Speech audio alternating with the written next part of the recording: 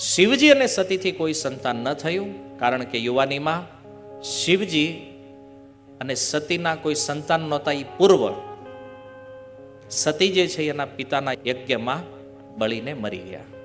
વિદુરજી પૂછે છે આવું શા માટે થયું? તો કે સસરા જમાઈને થોડોક ડખો થઈ ગયેલો દક્ષ પ્રજાપતિને અને શિવજીને. કારણ કે ગોસ્વામીજી કહે છે કે જ્યારે દક્ષને પ્રજાપતિનું પદ આપ્યું ને બ્રહ્માએ, તો દક્ષને અભિમાન આવ્યું. નહીં કહું અસ જન્મા જગ માહી, પ્રભુતા પાઈ જાહી મદનાહી. હજી કોઈ ગોસ્વામીજી કે જન્મ્યો જ નથી કે પદ મળે ને અભિમાન નો આવ્યું હોય.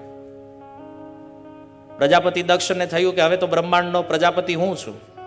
એણે આખા બ્રહ્માંડના દેવતાઓની એક મીટિંગ બોલાવી, અને મીટિંગ બોલાવીને પછી મીટિંગમાં જેવા એન્ટર થયા, બધા દેવતાઓ ઊભા થઈ અને દક્ષ પ્રજાપતિને પ્રણામ કર્યા, કારણ કે હવે સિનિયર બની ગયા છે. બે જણ ઊભા ન થયા, બ્રહ્માજી ને શિવજી. બ્રહ્માજી એટલે ઊભા ન થયા કારણ કે બ્રહ્માજી એ તો પિતા છે દક્ષના, એટલે બ્રહ્માજી પિતા પુત્રના સન્માનમાં ઊભા ન થાય એમાં વાંધો નહીં. પણ દક્ષે જોયું શિવજી આ તો મારો જમાઈ છે, તો જમાઈએ તો સસરાનું સન્માન કરવું જોઈએ. પણ જો અભાવ જે માણસમાં હોય ને એને આવું દેખાય. હવે આ કરોડો દેવતાઓ છે એ બધાએ પ્રણામ કર્યા ને શિવજીએ કદાચ ન કર્યા, તેમાં વાંધો શું છે? હાલો આટલા બધા જ કરે છે, કદાચ એક ન કરે જવા દો, પણ નહીં, ઓલા એક ન કર્યા એ દેખાણું. આ કરોડો પ્રણામ કરે છે એ ન દેખાણું. આ અભાવ વાળા જે હોય ને આમ જ જીવે અને આમ જ મરે. દેવતાઓને ઈશારો કરીને દક્ષ કહેવા લાગ્યા, જોયું આ શિવજીને જોવો ઊભો નથી થતો, એકદમ તોછડી તુકારે ભાષા છે. મારો જમાઈ, મારે તો આને દીકરી દેવી જ નહોતી, પણ અમારા બાપાને કોણ સમજાવે? બ્રહ્માજીને. આણે લગ્ન કરાવ્યા છે પરાયણે. હા ઘોરી, કોઈ પવિત્રતાનું સદાચારનું કોઈ જ્ઞાન નહીં, કોઈ ભાન નહીં. પણ આ બ્રહ્માજીએ કીધું એટલે વિવાહ ન કરે. આને કોણ જમાઈ બનાવે? શિવજીની નિંદા કરે છે દક્ષ. શિવજીને થયું આ બેહવામાં કોઈ સાર નથી. શિવજી ઉભા થઈને સભા છોડીને નીકળી ગયા. દક્ષને એમ હતું કંઈક બોલે, કંઈક ઝઘડો કરે. પણ જો શિવજી તો શિવજી છે ને, મહાપુરુષ છે. શિવજીએ વિચાર કર્યો કે આ કંઈ બોલવામાં સાર નથી, અને માન અપમાનથી તો શિવજી પરે છે. શિવજી ત્યાંથી નીકળી ગયા. પણ જો કોઈક તમને અપમાન કરવા માંગતો હોય ને તમારે હારે માથાકૂટ કરવા માંગતો હોય, પણ તમે બોલો નહીં ને, એટલે એ વધારે ગાંડો થાય. દક્ષે વિચાર કર્યો કે હવે આ શિવજીનું એવું અપમાન કરું ને આખા બ્રહ્માંડને દેખાડું. થોડોક સમય ગયો, એને કનખલ ક્ષેત્ર હરિદ્વારથી નિકટ એક યજ્ઞનું આયોજન કર્યું. બધા દેવતાઓને ઇન્વાઇટ કર્યા, શિવજીને ન કર્યા. અને બધાને આમંત્રણ પત્રિકા મોકલી. એમાં નીચે સૂચના લખી ખાસ, હું બધાને વાયા કૈલાસ થઈને આવવાનું. એટલે દેવતાઓ કે પણ અમને આમ સીધું પડે નહીં, વાયા કૈલાસ થઈને. અને પાછું વિમાનમાં બેહીને આવવાનું છે, તૈયાર થઈને આવવાનું છે, અને ગીત ગાતા ગાતા આવવાનું. આ દક્ષે સૂચના આપી બધાને. અહીંયા કૈલાસમાં ભગવાન શિવ માતા સતીને કથા સંભળાવે, અને બધા દેવતાઓના વિમાન મંડ્યા નીકળવા. માતા સતીએ પૂછ્યું, પ્રભુ આ બધા કેણપા જાય છે? એટલે તમારા પિતાએ એક યજ્ઞનું આયોજન કર્યું છે, એમાં. તો કે હાલો ને આપણે જાય. કેવા ગીત ગાતા ગાતા જાય. શિવજી કે તું કથામાં ધ્યાન રાખ, એ ભલે ગીત ગાય, તું ધ્યાન નહીં રાખ. હકીકત છે. કેમ? તો કે કથામાં વિક્ષેપ આવે ને તો એમાં કલ્યાણ ન થાય. એટલે એ વિમાન જવા દે, તું આવી જાય. નહીં પણ સતી કે કયો મને, આપણે કેમ નહીં જવાનું? મારા પિતાને ના યજ્ઞ છે. એટલે આપણને આમંત્રણ નથી, અને આમંત્રણ વગેરે જવાય નહીં. પણ જો માતા સતી કહે છે કે પ્રભુ, પિતાના ઘરે કોઈ કન્યાને જવું હોય, ગુરુના ઘરે કોઈ શિષ્યને જવું હોય, કોઈ કથામાં કોઈ શ્રોતાને જવું હોય, તો એને આમંત્રણની જરૂર ન હોય. વગર આમંત્રણે ત્યાં પહોંચી જવાય. શિવજી કે તમારી વાત સત્ય છે કે સ્વજનોને ત્યાં વગર આમંત્રણે જવાય, પણ ક્યારે? બોલે સ્વજન હારે વ્યવહાર હારો હોય ત્યારે. જ્યારે એકબીજા વચ્ચે વેર હોય ને, તો પછી ન્યા જે અપમાન થાય ને એ સહન નહીં થાય. કારણ ભગવાન શિવ સમજાવે છે, વિદ્યા, તપ, ધન, સારું શરીર, ઊંચું કુળ અને યુવાન અવસ્થા, આ 6 સત્પુરુષોના ગુણ છે. અને સતી, આ જો કોઈ નીચ વ્યક્તિમાં આવી જાય ને તો આ ગુણ અવગુણ બને છે. કેવી રીતે? બોલે સ્વાતિ નક્ષત્રનું જે જળ વરસે, આ જળ જો સમુદ્રના છીપમાં પડે ને તો મોતી બને, અને એનું ઈ જળ જો કોઈ સાપના મુખમાં પડે ને તો એ વિષ બને. એટલે ગુણ તે કોનામાં હોવો જોઈએ? બોલે સજ્જન વ્યક્તિ જો ગુણને ધારણ કરે તો એ ગુણની શોભા વધે, અને દુર્જનમાં જો આ ગુણ આવે ને તો પછી ગુણ જ અવગુણ બની જાય એમાં.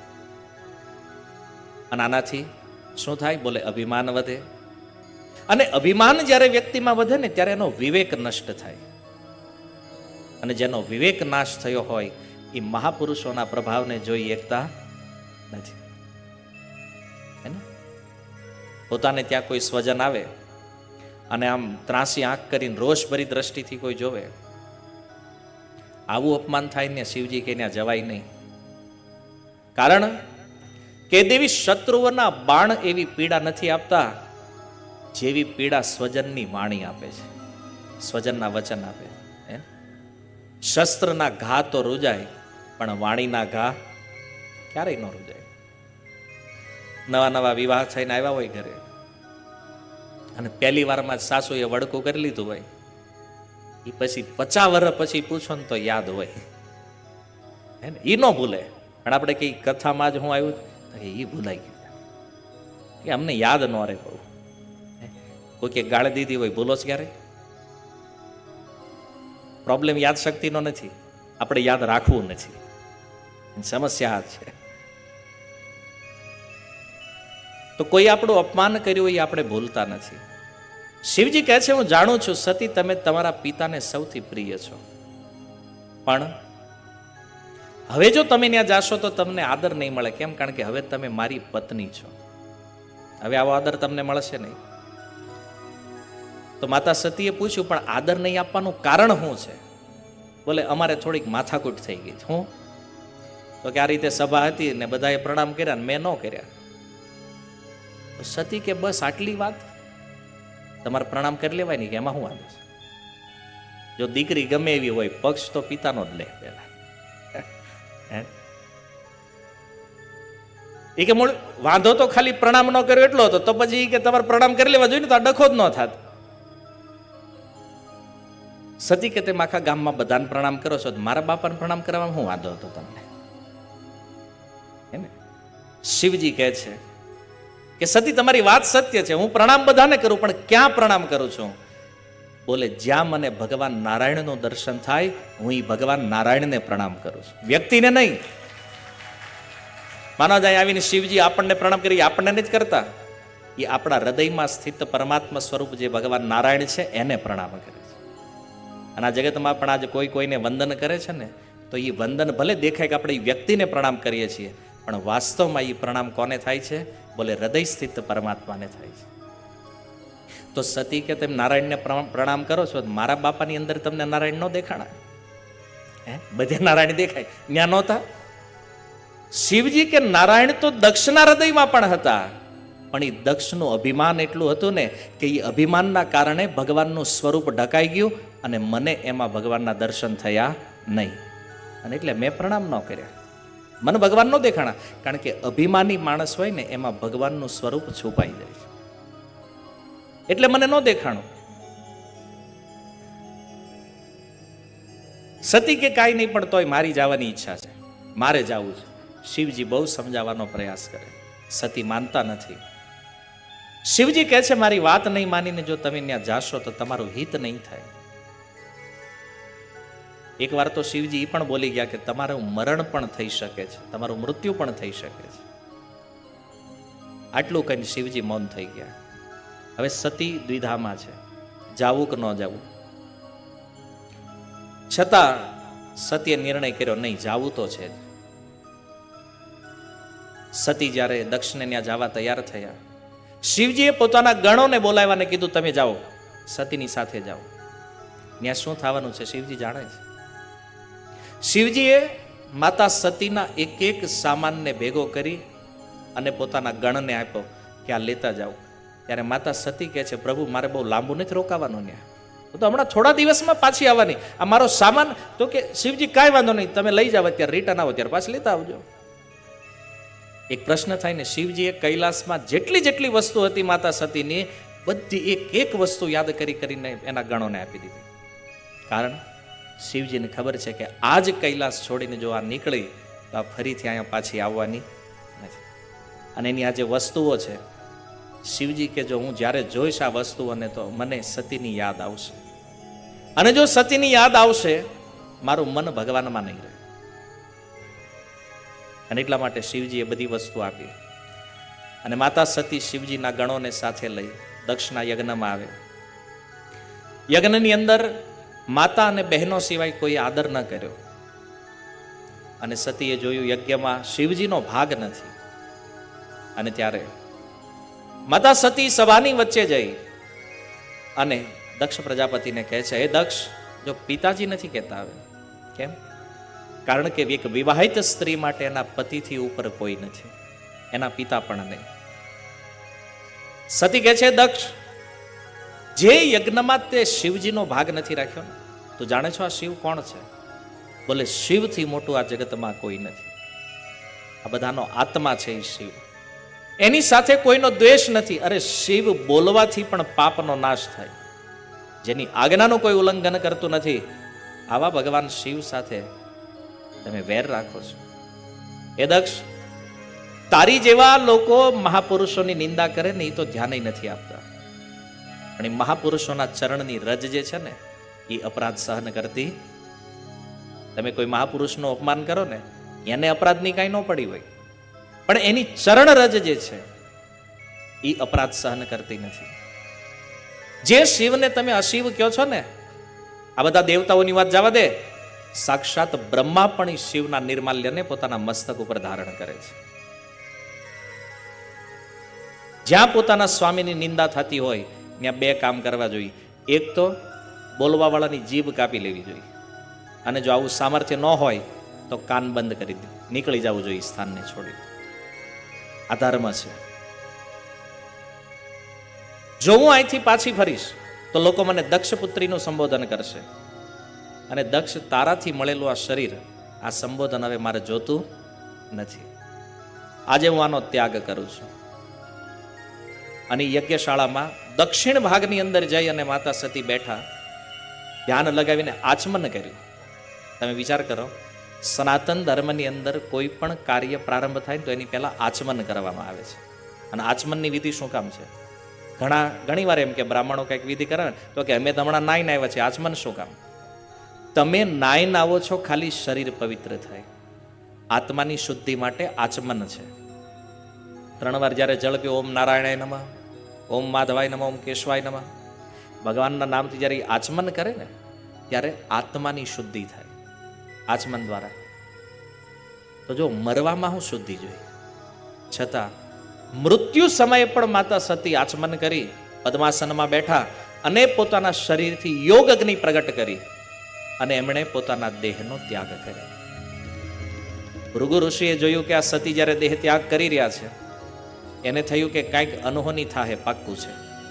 એણે યજ્ઞના દક્ષિણ કુંડમાં આહુતિ આપી અને ઋભુ નામના દેવતાઓનો સમૂહ પ્રગટ કર્યો કે કદાચ કોઈ યજ્ઞને વિધ્વંસ કરવાનો પ્રયાસ કરે તો એની રક્ષા કરી શકાય.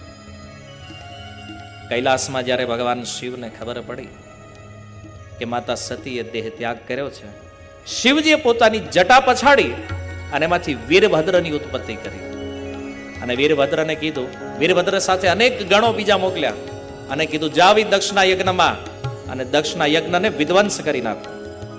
અને પછી તો ભાઈ વીરભદ્રની એન્ટ્રી થઈ યજ્ઞમાં, અને જોયું એક બાજુ માતા સતીનું એ બળેલો દેહ પડ્યો છે. આ જોઈને વીરભદ્ર સહન ન કરી શકે, અતિ ક્રોધ સાથે પોતાનું શસ્ત્ર ઉઠાવી અને ગણોને આદેશ આપ્યો, વિધ્વંસ કરી નાખો આ યજ્ઞને. અલગ અલગ ગણો, અલગ અલગ ઋષિઓને, અલગ અલગ દેવતાઓને પકડીને માંડ્યા દંડિત કરવા. એક ગણે ભૃગુ મુનિને પકડ્યા. શિવજીની નિંદા થતી હતી ને ભૃગુ મુનિ આમ દાઢી ઉપર હાથ ફેરવતા. ગણે ભૃગુ મુનિની દાઢી ખેંચી લીધી. ઉષા નામના એક દેવતા હતા, શિવજીના અપમાનમાં એ હસતા હતા. શિવજીના ગણો એક મુક્કો માર્યો, 32 દાંત પાડી દીધા અને પાછા અંદર ઉતારી દીધા. ગળી ગયો એ દાંત બધા. ઉષા નામના જે દેવતા છે, એક ભગ નામના દેવતા છે, એને એક ગણે પકડ્યો. આંખોથી દક્ષને ઈશારા કરતા હતા, ઓર અપમાન કરો શિવજીનું. ઓર એ ગણેની આંખો કાઢી લીધી. અને આ રીતે એ દક્ષના યજ્ઞમાં એકથી એક દેવતાઓને, ઋષિઓને દંડિત કરવામાં આવ્યા. અને વીરભદ્રએ કોને પકડ્યા? બોલે દક્ષ પ્રજાપતિ. તેની ધારદાર તલવાર ઉઠાવી અને દક્ષનું ગળું કાપવાની ટ્રાય કરે, પણ દક્ષની ગરદન એટલી મજબૂત, ગરદન કપાણી નહીં. અને એ સમયે વીરભદ્ર આમ તેમ જોવા લાગ્યા. જોયું એ યજ્ઞમાં બલિ આપવા માટે એક બકરાને ત્યાં રાખવામાં આવેલો હતો. બકરાનું મસ્તક ત્યાં પડેલું. અને જે વિધિથી પશુ બલિ માટે પશુને કાપવામાં વિધિનું વીરભદ્રને સ્મરણ થયું. વીરભદ્રએ સ્મરણ કરી દક્ષના મસ્તકને મંડ્યો ગોળ ગોળ ફેરવવા. જો વૃક્ષ ઉપરથી કોઈ ફળને તોડીએ અને ફળ તૂટે નહીં તો આપણે આમ ગોળ ગોળ ઘુમાવો ને તો પછી તૂટી જાય. તલવારથી તો એ ગરદન દક્ષની કપાણી નહીં. વીરભદ્રએ ગોળ ગોળ ફેરવી એ ગરદન અને દક્ષના મસ્તકને ધડથી જુદું કરી અને મસ્તક પડ્યું સીધું હવન કુંડમાં ને મસ્તક સ્વાહા થઈ. એવો ભયાનક વિધ્વંસ કર્યો વીરભદ્રએ. દેવતાઓ ત્રાહિમામ કરતા બ્રહ્માજીની શરણમાં જ્ઞાનો કંઈક કરો. હવે બ્રહ્માજી કે આમાં મારું કાંઈ હાલે એમ નથી, ભગવાન સિવાય બીજું કોઈ કાંઈ કરીએ કે એમ નથી. ચાલો શિવજી પાસે, એને જઈને પ્રસન્ન કરો. આવ્યા બધા ભેગા થઈને શિવજી પાસે. કીધું શિવજી કૃપા કરો. હવે શિવજી યજ્ઞમાં ઉપસ્થિત થયા અને બધા દેવતાઓને રિપેર કર્યા. ભગવાન શિવ ભૃગુ મુનિની દાઢી વહી ગઈ હતી. બોલે એક કામ કરો, અને બકરાની દાઢી લગાડી દો. આ નવી નહીં થાવે માને. હવે એને બકરાની દાઢી લગાડી દીધી ભૃગુ મુનિ. ઉષા નામના દેવતા જેના દાંત વયા ગયા, એ કે આના દાંત લાવો પાછા લગાડી દઈ. બોલે દાંત તો અંદર વયા ગયા. તો શિવજી કે આનું કાંઈ, આને જ્યુસ ઉપર રાખો કે લિક્વિડમાં હાકો એને. આ પૂષા નામના દેવતા જે છે ને, યજ્ઞમાં એને આહુતિ આપવામાં આવે છે. તમે જ્યારે વેદ મંત્ર સાંભળશો ને પુરુષ સૂક્ત, એમાં પૂષા નામના દેવતાનો ઉલ્લેખ છે. અને પુરોડાશ દ્વારા એને આહુતિ આપવાની હોય. પણ હવે દાંત નથી તો આ ચાવે કેમ? તો કે એક કામ કરો, આને લિક્વિડ ઉપર, આ લિક્વિડની આહુતિ આપો. કે ભગ નામના જે દેવતા છે, જેની આંખો વહી ગઈ હતી, એ કે આને હવે આંખ નવી આવે એમ નથી, તો એ કે સૂર્ય અને ચંદ્રની આંખોથી આને જોવું પડશે વાયા થઈને. ભગ નામના દેવતાને કંઈક જોવું હોય તો એ સૂર્યની આંખથી જોશે આ વિશ્વને. અને અંતે બ્રહ્માજીએ કીધું કે આ દક્ષ ઉપર કૃપા કરો. શિવજી કે આનું માથું લાવો. બોલે મસ્તક તો હવન કુંડમાં સ્વાહા થઈ ગયું, તો ઓલું બકરાનું છે એ લાવો. એ કે બકરાનું માથું લગાડ્યું દક્ષને. અને જેવું બકરાનું મસ્તક લાગ્યું ને, દક્ષનું બધું અભિમાન શૂન્ય થઈ ગયું. શિવજીના ચરણમાં પોતાના અપરાધની ક્ષમા યાચના કરી. અને ત્યારબાદ દક્ષ પ્રજાપતિ ભગવાનના ભજનમાં લાગ્યા. આ રીતે શિવજીએ આ યજ્ઞને પરિપૂર્ણ કરાવ્યો, જે યજ્ઞમાં સાક્ષાત ભગવાન નારાયણ પણ પ્રગટ થયા છે. અને યજ્ઞ પરિપૂર્ણ થયો.